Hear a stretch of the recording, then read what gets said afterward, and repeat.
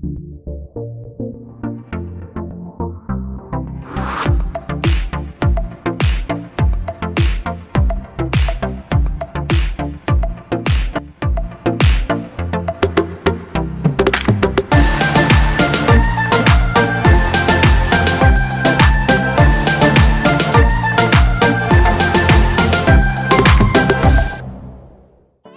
what's up guys? It's GTV here. Sa video ito, pag-uusapan natin ang 10 most visited places sa bansang South Korea. Tara, samahan niyo ako at ating libutin ang magagandang lugar na ito.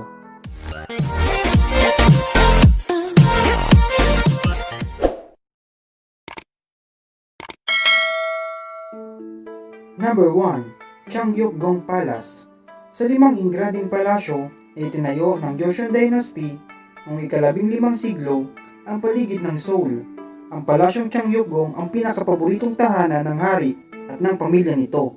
Ito ay hindi isang gusali, kundi ito ay isang complex building o isang istruktura na binubuo ng magkakaugnay o magkakadikit na building.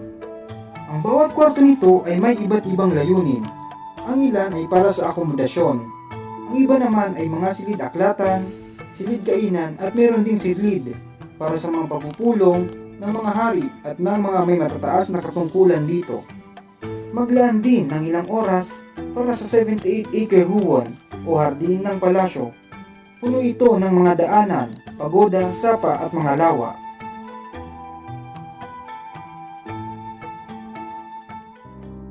Number 2. Busan. Ito ay ang pangalawang pinakamalaking lungsod sa bansa. At ang mga baybayin nito ay may iba't ibang magagandang beach at resort. Marami ding kultura at kasaysayan dito. Siguraduhin din na bisitahin ang Gyeongmyosa Temple at ang nayon sa burol ng Gamicheon. Ang Gamicheon ay isang estilong European style village sa mga bangin na nasa itaas ng dagat, tulad ng bersyon ng Santorini sa Korea.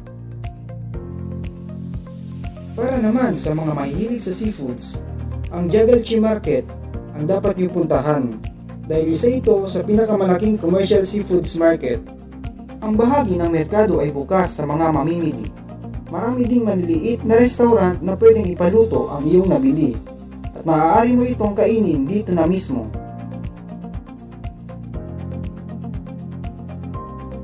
Number 3. Gyeongju.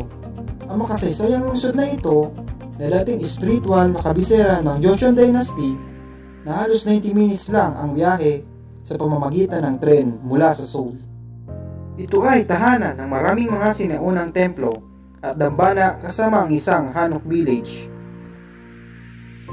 Pinapanatili ang kultura ng mga taong malapit dito at pinapayagan din ang mga bumibisita dito na maramdaman kung ano ang buhay noong sinaunang Korea. Ito ay nilikha muli ng mga sinaunang kapitbahayan ng Korea. Ang baryo ay may kasamang 5 na ibalik na mga Hanok o tradisyonal na mga sinaunang tahanan ng Koreano. Ilan sa mga Hanok ay bukas sa mga turista at ang iba ay ginawang museo at mga restaurant. Number 4. Seoul Tower. Ang mga bumibisita sa Seoul ay dapat na umakyat sa iconic na tower ng lungsod. Ang posisyon ng tower na to ay halos nasa tuktok ng isang bundok, kasama ang taas ng tower mismo na halos 480 meters above sea level ang taas. Ang tower na to ay unang itinatag bilang isang broadcasting tower upang magdala ng mga signal sa TV at radyo noong 1969. Sa ngayon, ito ay naging isang representative landmark at multicultural venue sa Seoul. Mayroon din itong mga hiking trail upang galugarin lahat sa loob lamang ng ilang minuto ang bayan ng Seoul. Isang cable car naman ang magdadala sa iyo mula sa lungsod malapit sa Myeongdong papunta sa base area ng tower. Number 5. Seoraksa National Park. Tulad ng Yosemite ng Korea, ang kamanghamanghang natural na wonderland na ito ang unang pambansang parke ng Korea. Ito ay may mga bundok, lawa, alon, sapa at meron din itong hiking trail na magbibigay daan upang tuklasin ang mga magagandang tanawin dito. Kilala ang parke sa sari-saring likas na yaman nito. dahil sa mayroon nitong higit sa 1,500 na iba't ibang uri ng hayop. Higit sa 1,000 naman ang iba't ibang uri ng mga halaman. Meron ding 2 templo ng Budismo sa loob ng parke, na kilalang kilala bilang Temple of 100 Pools. Kapag nagsawa ka na sa paglalakad, mayroon ding cable car dito na dadailin ka sa Shoraksan Mountain para sa ilang kakaibang tanawing bundok at lambak. Number 6. National Museum of Korea. Bilang isang kapital sa buong mundo, ang Seoul ay puno ng maraming mga museo. Ang pinakamalaki ay ang National Museum of Korea. Ito ang lugar na hindi mo maiikot ng isang beses lang na pagbisita dahil sa lawak ng koleksyon na pinagsama-samang sining, kasaysayan at arkeolohiya na inilalarawan ang kasaysayan ng kultura ng Korea. Napakaganda ding atraksyon na makita ang mga koleksyon ng mga sinaunang kultura at mga gamit noong unang panahon. Ito ay kamangha-mangha lalo na sa mga matatanda at maging sa mga bata dahil sa mayroong isang malawak na hanay ng mga sinaunang kagamitan mula pa sa Stone Age tool hanggang sa modernong likha ng mga Korean artists.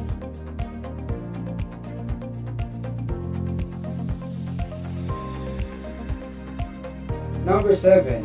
Lotte World. Ito ang amusement park na nasa gitna mismo ng bayan ng Seoul. Ang nakakaaliw na lugar na ito na dinarayo ng maraming tao dahil sa pagkakataon na maranasan din nila ang totoong Korean commercial culture. Maliban sa mga nakakaaliw na mga sakayan at mga atraksyon, marami din dito mga pamilihan at mga palabas ng mga sinaunang kultura. At may tinatawag din sila ditong large indoor theme park at outdoor theme park area na tinatawag nilang Magic Island. Para sa mas malaking outdoor theme park experience, ang Everland sa Seoul ay ang Korea's version ng Disneyland. Number 8. Gyeongbokgung Palace.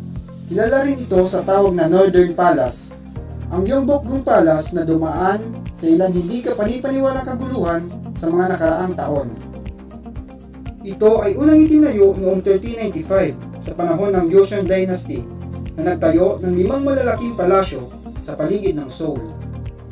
Ang palasyo ay binomba, nawasak at muling itinayo ng maraming beses. Sinakop ng mga Hapones noong 1592 at sa wakas ay naibalik din noong 1990. Siguraduhin ding bisitahin ang Gyeongware Pavilion at Yangwon-gyeong Pond, dalawa sa mga natitirang orihinal na istruktura mula sa panahon ng Joseon. Maaari ding ikutin ang buong compound ng palasyo sa isang gabay ng tour guide.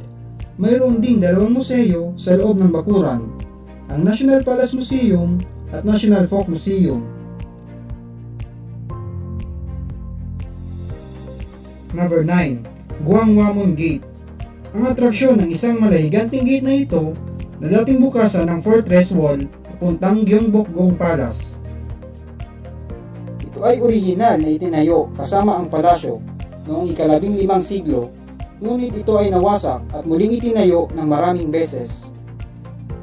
Kamakailan lang noong 2010, ibinalik ito sa orihinal na lokasyon sa harap ng palasyo at Gwanghwamun Square at naibalik sa dati at matibay na materyales. Pagpapanumbalik ng Gwanghwamun Gate ay kasama ang konkreto at non-traditional construction techniques. Pero ang bagong Gwanghwamun Gate ay muling natapos na maitayo gamit ang makalumang teknik sa paggawa nito.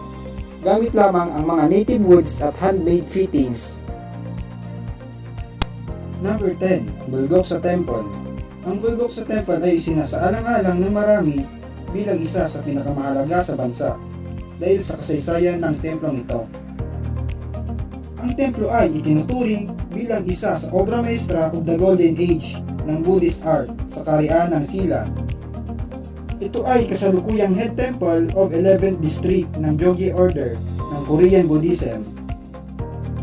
Ang templo ay tahanan ng 7 sa mga pambansang kayamanan ng bansa, mga sagradong pagodas at estatwa ng Buddha.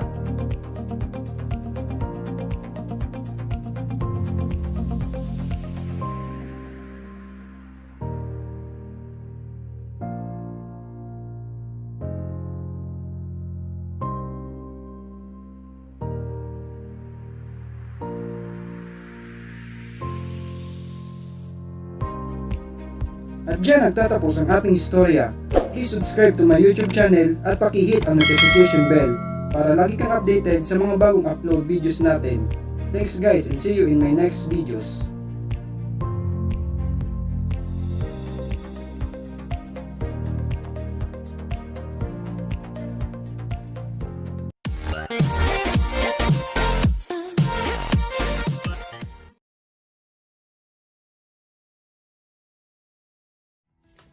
Sup guys, it's CJTV here. For today's video, pag-uusapan natin ang misteryosong haunted mansion o mas kilala sa tawag na Laperal White House. Handa ka na ba malaman ang tungkol dito? Kung bago ka pa lang sa YouTube channel na to, please subscribe to my YouTube channel and hit the notification bell. Tara, pag-usapan na natin.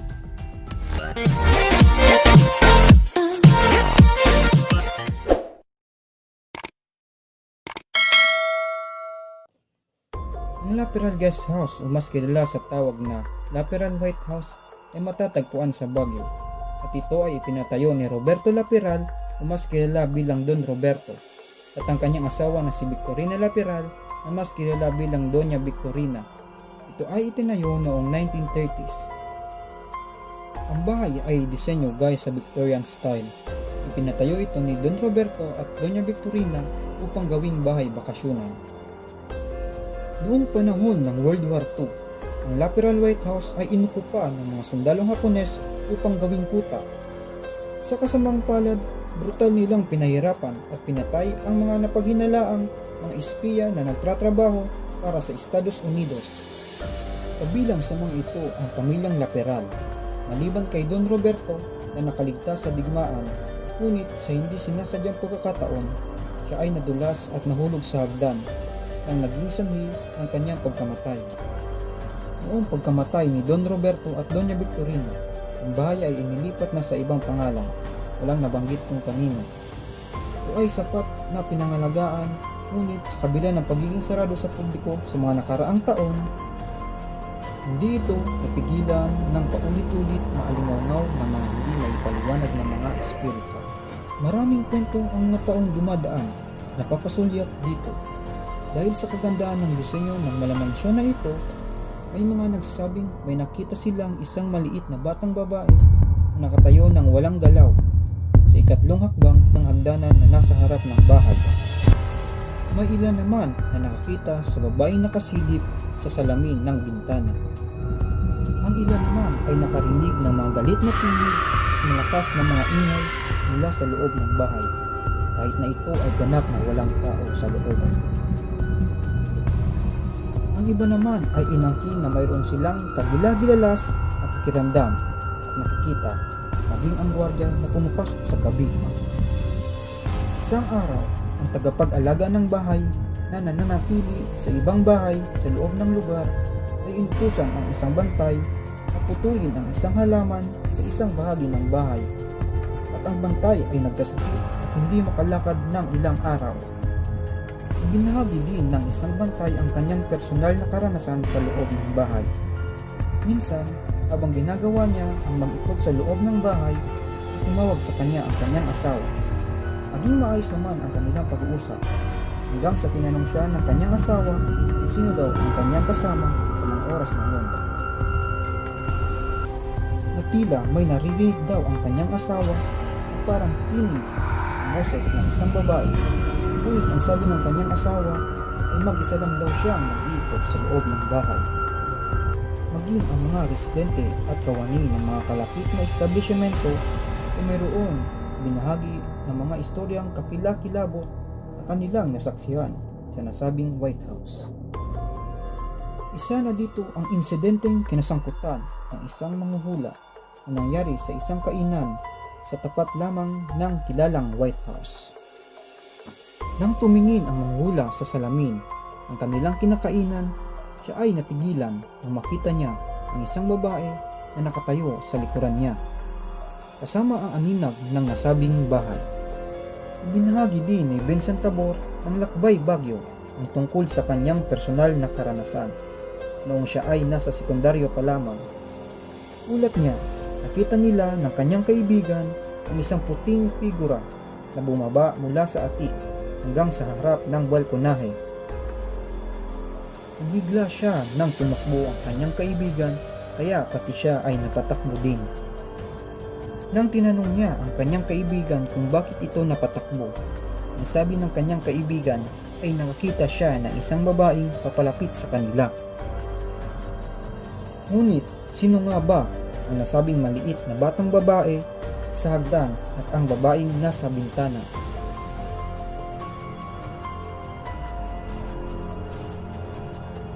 Ang maliit na batang babae ay sinabi na namatay sa isang aksidente habang tumatakbo papunta sa kanyang tagapag-alaga na nasa kabilang kanto lamang. Ang isang babae naman ay pinatay din sa isang silid-tulugan ng bahay. Ito ay ang pinaniniwalaang babaeng nakatayo sa tabi ng bintana na nakikita ng mga dumaraang tao sa harap ng White House. Maging ang anak ng caretaker ng nasabing White House ay nagkwento tungkol sa mga nakakasalamuha ng mga batang multo ng kanyang anak. Ang kanyang anak daw ay nakikipaglaro ng tagu-taguan, ngunit wala naman siyang nakitang bata na kalaro nito. Ang grupo din ng isang paranormal expert ay may nakuwang isang video footage na nagparamdam daw ang isang espiritu sa isang silid. Ito ang aktual na video na kanilang nakuha.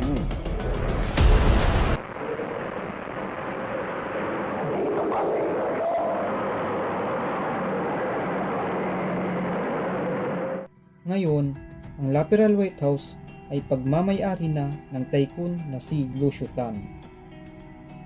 Bukas ngayon ito sa publiko. Nag-host ito ng Ifugao Bamboo Carving Gallery, isang pinagsamang proyekto ng Philippine Bamboo Foundation at Yankee Foundation.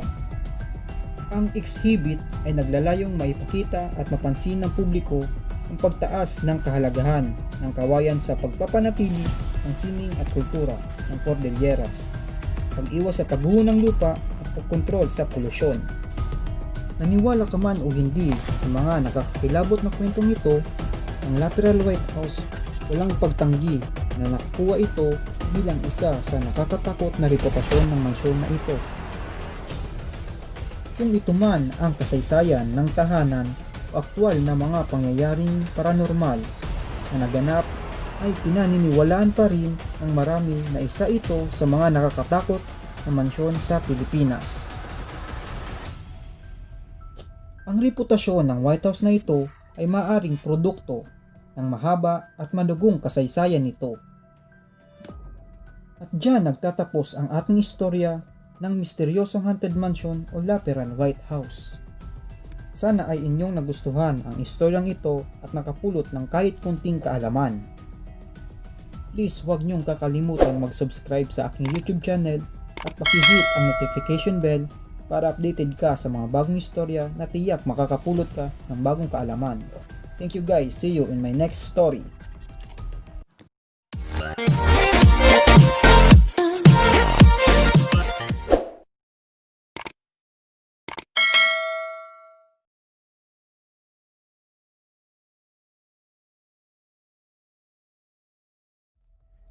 What's up guys, it's CETV here. For today's video, pag-uusapan natin ang naganap na pagsabog sa Lebanon noong Martes, August 4, 2020, bandang alas 6 ng hapon. Kung bago ka pa lang sa channel na to, please subscribe to my YouTube channel and hit the notification bell para updated ka sa mga videos na aking i-upload. Tara!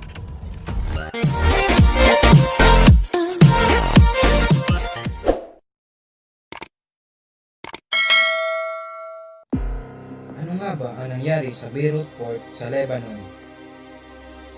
Ang isang napakalaking pagsabog sa isang bodega sa puerto ng Beirut ay nagdala ng isang napakalakas na shockwave sa bayan ng Beirut sa Lebanon. Ito ang aktual na video na kuha ng isang netizen pagsabog sa Beirut, Lebanon.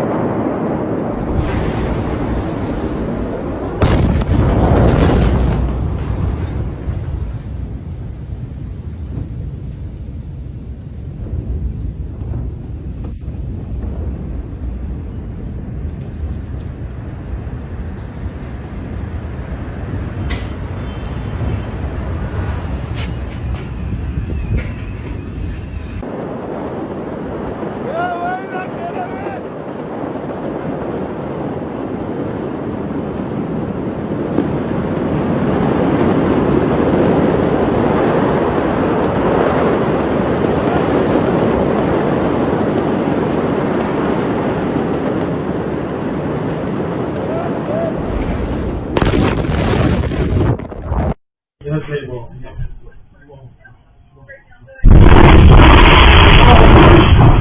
أكبر الله أكبر الله أكبر لا تأخر الله أكبر الله أكبر الله أكبر.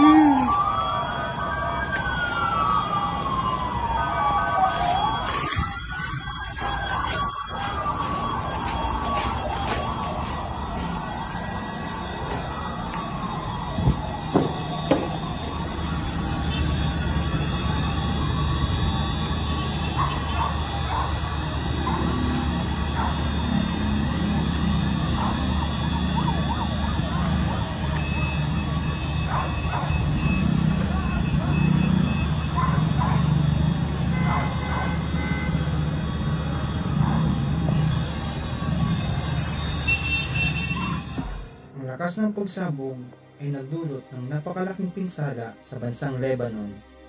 Ang pagsisiyasat ay nakatuon ngayon sa 2,750 tonelada ammonium nitrate, isang kemikal na ginagamit sa mga pataba na nakaimbak sa pasilidad ng 6 na taon. Ano nga ba ang ammonium nitrate? Ang ammonium nitrate ay isang compound ng chemical na naglalaman ng elemento ng nitrogen, hydrogen at oxygen, at karaniwang ginagamit sa agrikultura bilang pataba sa mga pananim.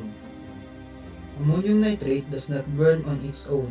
Instead, it acts as a source of oxygen that can accelerate the combustion of material. Ang ammonium nitrate ay ibinaba mula sa cargo ship noong 2014 ayon sa 2 liham na inilabas ng General Director ng Lebanese Custom, at ito ay inimbak sa isang pasilidad sa puerto ng Beirut. Saan ito nangyari? Ang pagsabog ay naganap sa Beirut Port sa hilaga ng lungsod, kung saan nagdulot ito ng matinding pinsala sa mga gusali at mga taong malapit dito. Gaano nga ba katindi ang pinsala na naidulot nito? Hindi bababa sa 137 katao ang namatay. 5,000 naman ang sugatan at daan-daan ang iniulat na nawawala sa isang pagsabog sa Beirut noong Martes, ayon sa Health Minister ng Lebanon. Ang mga lansangan naman ay napuno ng mga durog na bato mula sa mga nawasak na gusali. Gaano ba kalakas ang pagsabog? Iniulat ng USGS, United States Geological Survey, na ang pagsabog ay may lakas na 3.3 magnitude. Ang lakas ng pagsabog ay ramdam hanggang 25 milya na layo sa ibaba ng lungsod. Hindi pa malinaw kung ano nga ba talaga ang dahilan ng pagsabog. Sinabi ng punong ministro ng Lebanon na ang isang pagsisiyasat ay tututok sa isang tinatayang 2,750 metrikong tonelada ng paputok na ammonium nitrate na nakaimbak sa isang bodega sa Beirut Port. At diyan nagtatapos ang ating istorya tungkol sa pagsabog na naganap sa Lebanon. Please subscribe to my YouTube channel and hit the notification bell para updated ka sa mga bagong video na aking i-upload. Thanks guys, see you in my next story.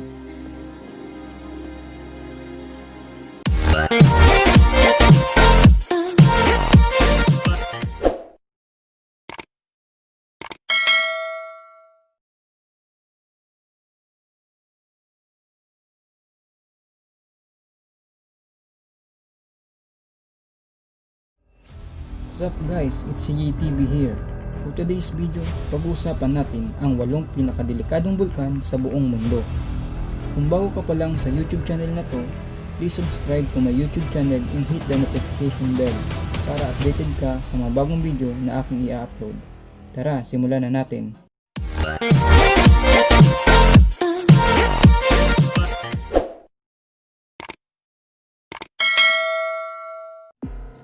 Maraming tao ang nasawi, daan-daan ang nawawala, at maraming tahanan ang nawasak matapos ang magkahiwalay na pagsabog ng mga bulkan na gumawa ng isang titulo bilang isa sa mga malalakas na pagsabog na naitala sa kasaysayan ng mundo. Kapag sinusuri kung aling mga bulkan ang pinakamapanganib sa mundo, gayunpaman maraming kadahilanan ang pinagmulan nito. Kabilang na dito ang populasyon na nakapalibot sa aktibong bulkan. Ang mga bulkan na walang naitalang pagsabog sa mga nakaraang taon ay mas delikado kapag sumabog dahil sa pagtaas ng presyon sa loob nito. Paano nga ba sinusuri ng mga eksperto ng isang mapanganib na bulkan? Ang nilalaman ng magma ay isang paraan upang masuri ang antas ng panganib ng isang bulkan. Ayon kay Stanley Mertzman, isang propesor ng Geoscience sa Franklin and Marshall College sa Lancaster, sinabi ni Mertzman na tinitingnan ng mga eksperto ang antas ng silika, isang compound na bumubuo ng bato na nakakaapekto sa kapal ng lava at pangkalahatang hugis ng isang bulkan. Ayon sa USGS, United States Geological Survey, ay ipapahiwatig ng silika kung gaano mapanganib ang isang pagsabog dahil ito ay may posibilidad na maging crystallize into chain into cooling lava. Pagdagdag ng lagkit nito hanggang lumikha ito ng mas makapal na magma na maaaring maging dahilan ng pagsabog ng isang bulkan. Ang antas ng panganib ay tumataas habang nadaragdagan ang nilalaman ng silika. Ang tumataas na antas ng silika sa magma ay nagbibigay daan din sa pagdaloy ng pyroclastic, isang mabilis na paglipat ng halo ng lava, abo, gas at mga pira-pirasong mga bato na maaaring ikamatay dahil nagdudulot ito ng asphyxiation, isang kondisyon ng kakulangan ng supply ng oxygen sa katawan. Ito ang mga lugar kung saan ang mga pagsabog ng bulkan ay maaaring magdulot ng malaking pinsala. Kabilang na dito ang Pilipinas, Indonesia, mga bahagi ng Timog Amerika at iba't ibang mga bulkan sa US. Ito ang mga mapanganib na bulkan sa mundo, batay sa kasaysayan at lakas ng pagsabog nito. Mount Vesuvius. Ang Mount Vesuvius ng Italia ay naging isang mapanganib ng bulkan mula noong pagsabog nito noong AD 79 or Anno Domini 79 in Latin word, Year of Our Lord. Ang Mount Vesuvius ay matatagpuan sa Gulf of Naples sa Campania, Italy. Ito ay isa sa pinakamapaminsalang bulkan na winasak ang Roman cities ng Pompeii, Atlantis at Istabay sa nakaraang 17,000 taon. Ang bulkan ay dumaan sa 8 pangunahing pagsabog na sinundan ng malalaking pyroclastic flow ayon sa database ng Smithsonian Institute, United States Geological Survey at Global Volcanic Program. Maraming lungsod sa Roma ang nawasak at natabunan dahil sa napakalaking pyroclastic surge. Maraming beses nang sumabog si Mount Vesuvius, ang tanging bulkan sa mainland ng Europa na sumabog sa loob ng huling daang taon. Ngayon, ito ay ituturing bilang isa sa pinakamapanganib na bulkan sa mundo dahil sa 3 milyong katao na nakatira dito na pwedeng maapektuhan kung ito ay muling sumabog. Sa taon ng 2003, humigit kumulang sa 1,044 ang na-recover na katawan sa paligid ng Pompeii, kasama ang 100 buto na nagkalat at mga labi na halos aabot ng 332 na katawan ay natagpuan sa Herculaneum. Kaya ang pamahalaang Italia ay may maraming plano ay inihanda para sa isang posibleng pagsabog sa hinaharap. Hindi bababa sa 6 na milyong tao ang pwedeng maapektuhan nito ayon sa database. Mount Rainier. Mount Rainier na isa din sa pinakamapanganib na bulkan sa Estados Unidos. Ang punto ng United States Geological Survey sa mataas na komposisyon ng chemical ng Mount Rainier malapit sa Washington ng Seattle at Tacoma. At ang kakayahan ng bulkan na gumawa ng matindi at papaminsalang pyroclastic flow, lava flows at volcanic ash.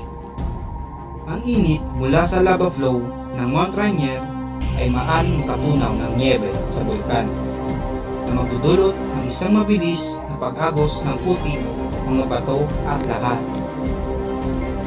Ang mga malalaking lahar ay ang pinakamalaking peligro na nakuha sa isang pagsabog sa Mount Rainier, ayon sa United States Geological Survey.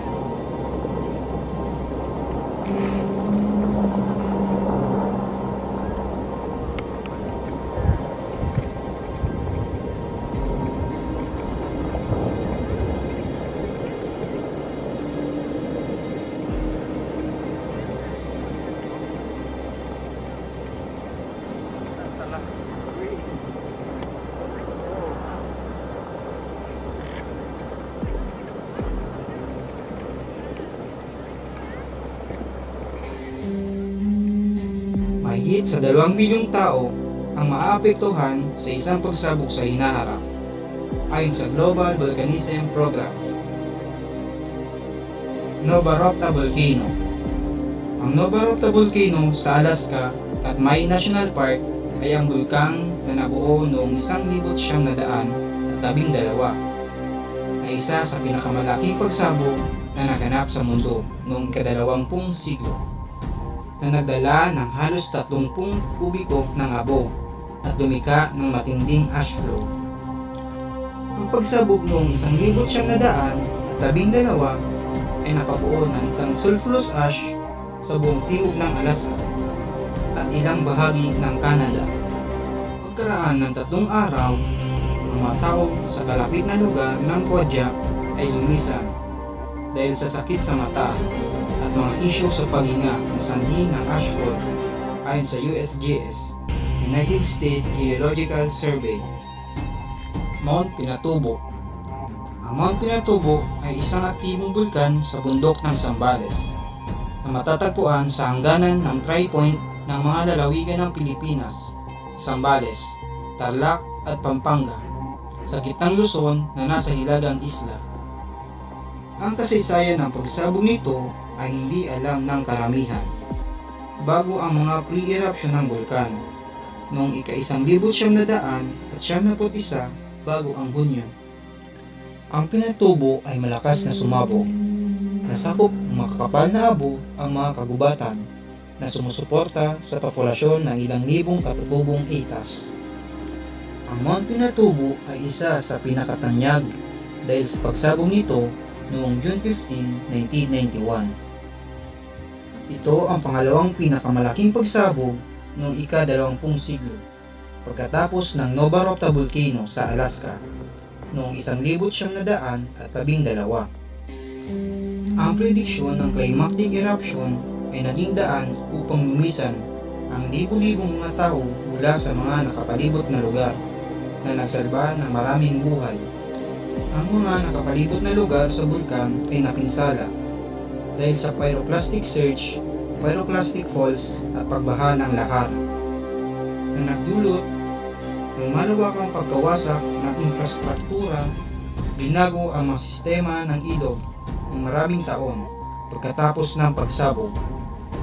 Mount St. Helens, isang aktibong bulkan na matatagpuan sa Escamilla County, Washington, sa rehiyon ng Pacific Northwest ng Estados Unidos. Ang Mount St. Helens ay kinuha sa Ingles na pangalan na nagmula sa British diplomat lord na si St. Helens.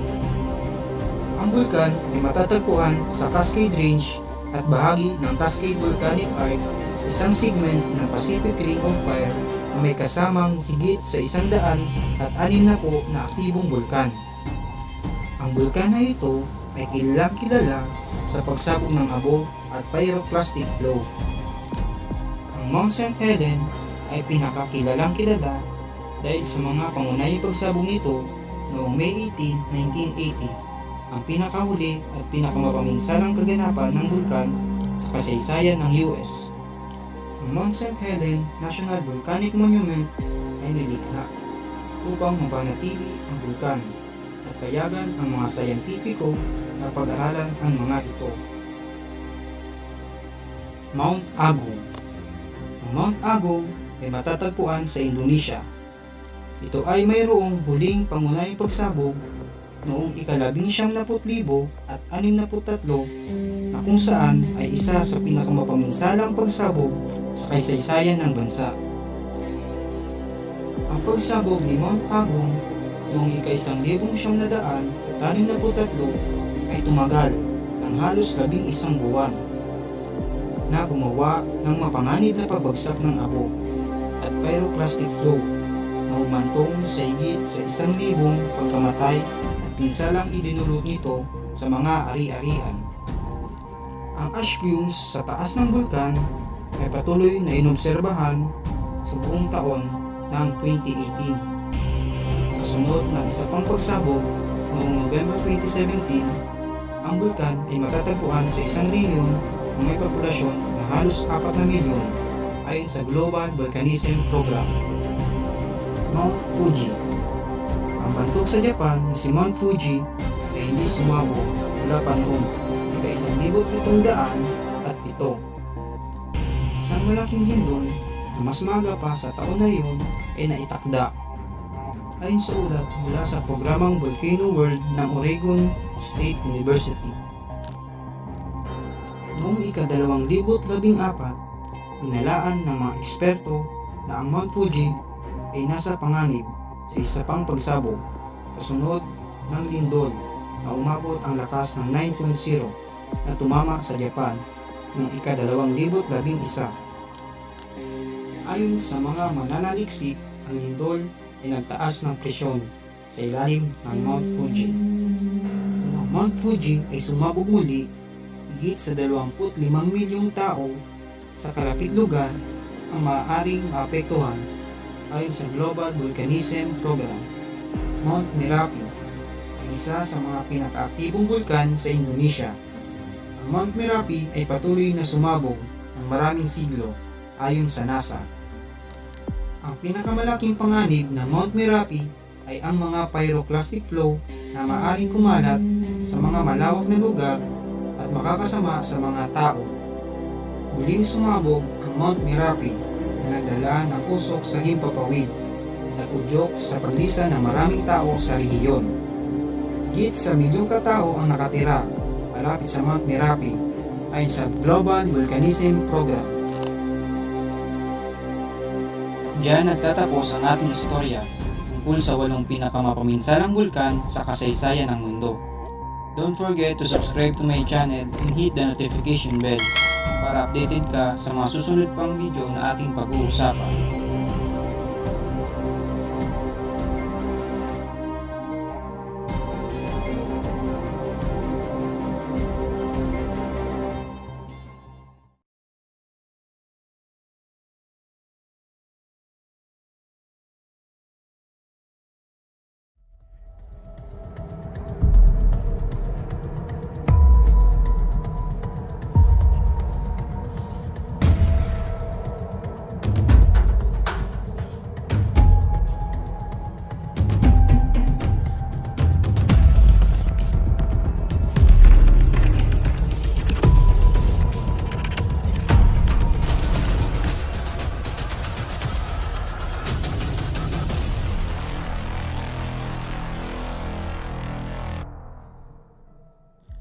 Ang magiting na mandirigma na lumaban para sa kalayaan ng mga Bicolanos.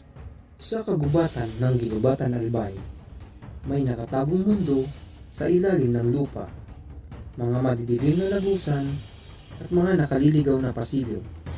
Noong panahon ng digmaan, ito ay ginawang kuta ng isang matapang at matalinong Pilipinong general na si General Simeon Ola.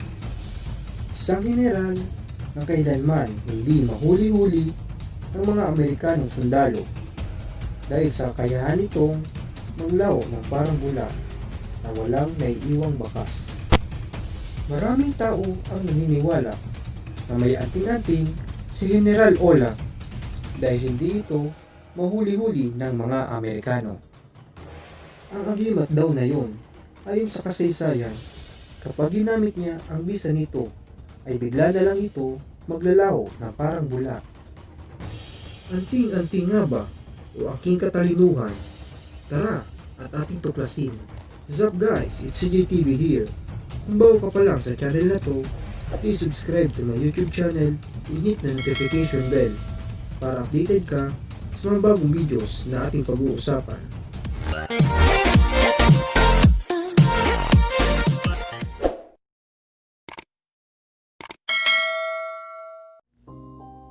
Si General Simeon Arboleda Ola ay isang magiting na bayani noong Philippine Revolution at ang huling general ng Pilipinas na sumuko sa kamay ng mga Amerikano pagkatapos ng digmaang Pilipino at Amerikano.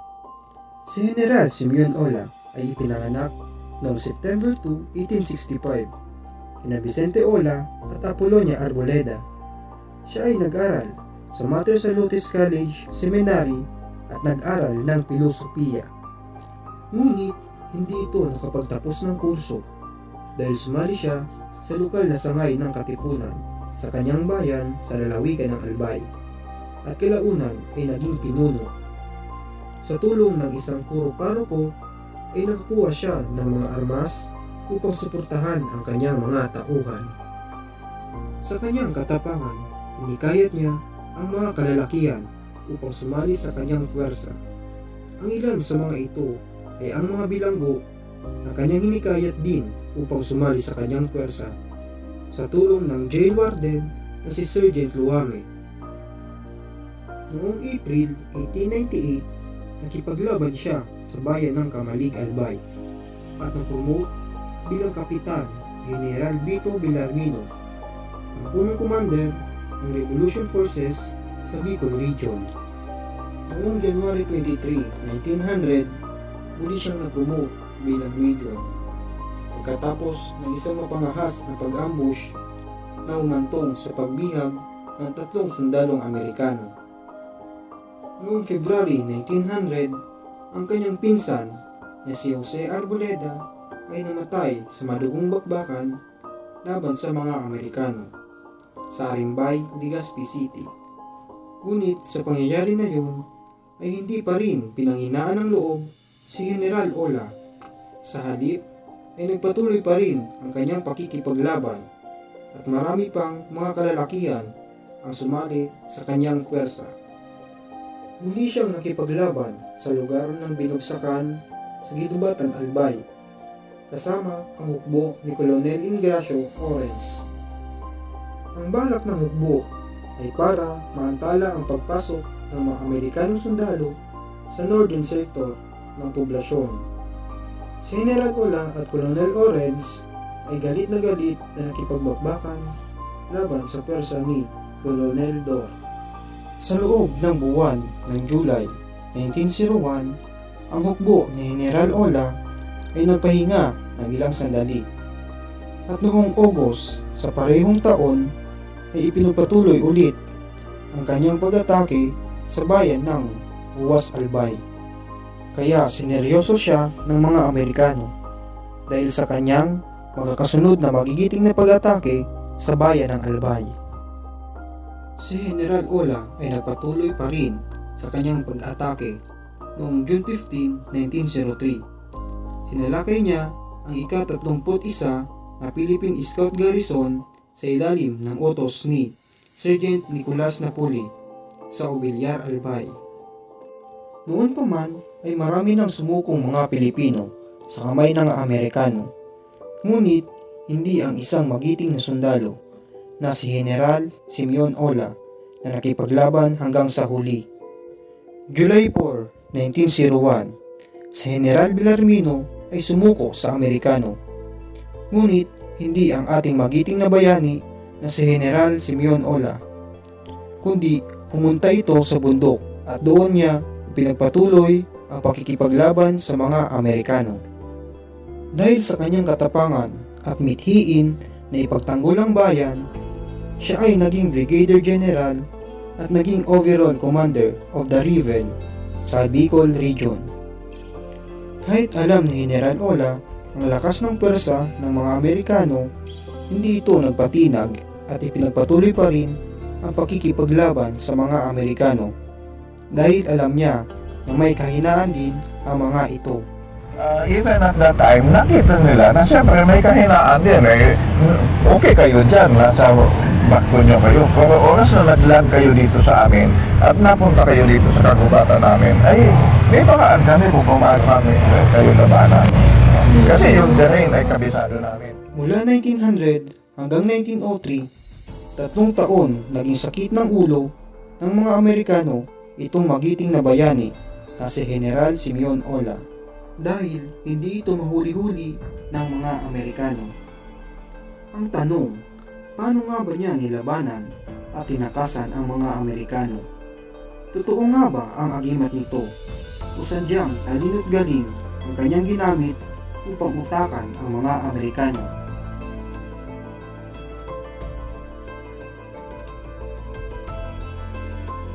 Kwento-kwento ng mga matatanda, si General Simeon Ola daw ay may angking kapangyarihan.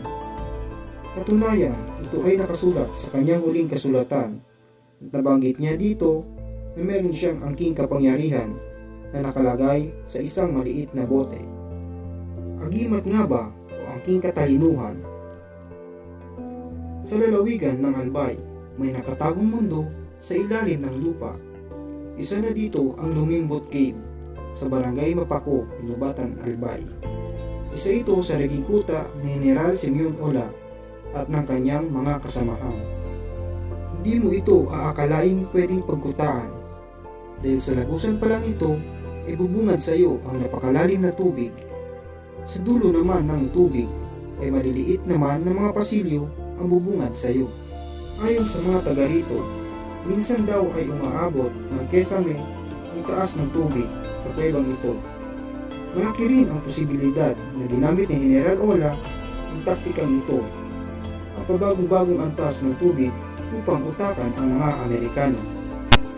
Sa dulo naman ito ay isang napakalawak na kwarto na halos kakasya ang 50 sundalo, kaya hindi mo ito akalaing pwedeng pagkutaan dahil sa liit ng lagusan at napakalalim na tubig ay siya naman ang lawak ng espasyo sa dulo ng kuwebang ito. Ayon sa kasaysayan, ilang beses nang kinumbinsi ng mga Amerikano si General Ola na sumuko na lang at umabot pa sa puntong sinuhulan siya ng limpak-limpak na salapi na halos aabot ng 10,000 pesos. Ngunit si General Ola ay nagalit at sabi niya sa kanyang kasulatan na American cannot buy my one bullet with that money. Hindi daw lahat ng kayamanan sa mundo ay pwedeng bumili maski isang bala sa kanyang baril. Isa din ang Milaos Cave sa pinagkutaan ni General Ola. Ito ay matatagpuan sa Daraga, Albay. Ang Milaos Cave ay isa sa naging playground ng mga gerilya sapagkat ito ang pinakaligtas na lugar para sa kanila. Dahil sa mahirap ang terrain sa lugar na ito na siyang kahinaan ng mga Amerikanong sundalo.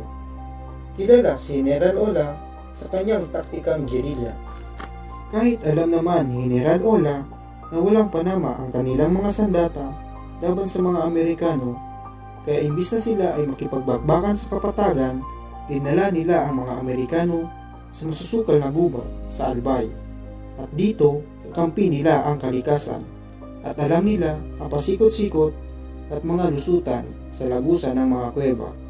Kaya lulusot lang sila at bigla na lang maglalaw ng parang bula. Isa rin ang Ola Cave sa pinagkutaan ni General Ola. Ito ay matatagpuan sa tuktok ng isang bundok sa Ginubatan, Albay. Ayon sa kasaysayan, matagal dito na malagi ang pwersa ni General Ola. Kung tutuusin, ang Ola Cave ay napakaliit lamang. Ngunit, isa ito sa pinakamahalaga kay General Ola dahil dito niya linano ang ilan sa kanyang mga laban. Nang makita ni General Ola na maayos na ang pamumuhay sa kanyang bayan, ay wala na itong nagawa kundi tapusin na lang ang bakbakan. Pagkatapos ng 3 taon niyang pakikipaglaban, September 25, 1903, alas 3:30 ng pagkahapon sa plaza ng Ginubatan Albay, kusang sumuko si General Ola sa Amerikano na si US Colonel Harry Van Holtz. Hinatulan si General Simeon Ola ng kasong sedisyon. Siya ay pinarusahan ng 30 taong pagkabilanggo noong November 10, 1903. Ngunit sa kabutihang palad, binigyan siya ng executive clemency, kaya siya ay pinalaya sa bilangguan mula noong October 8, 1904. Noong 1910, pinasok niya ang politika at nanalo bilang presidente munisipal ng Ginubatan na pinaglingkuran niya hanggang 1913 at muli siyang nahalal sa parehong posisyon noong 1916 at naglingkod siya sa termino hanggang 1919. Si General Simeon Ola ay pumanaw sa edad na 87 years old noong February 14, 1952 at inilibing sa Roman Catholic Cemetery sa Ginubatan, Albay. Ngayon, sa mga larawan at mga rebulto na lang natin, maaalala ang kagitingan na ginawa ni General Simeon Ola para sa ating bayan.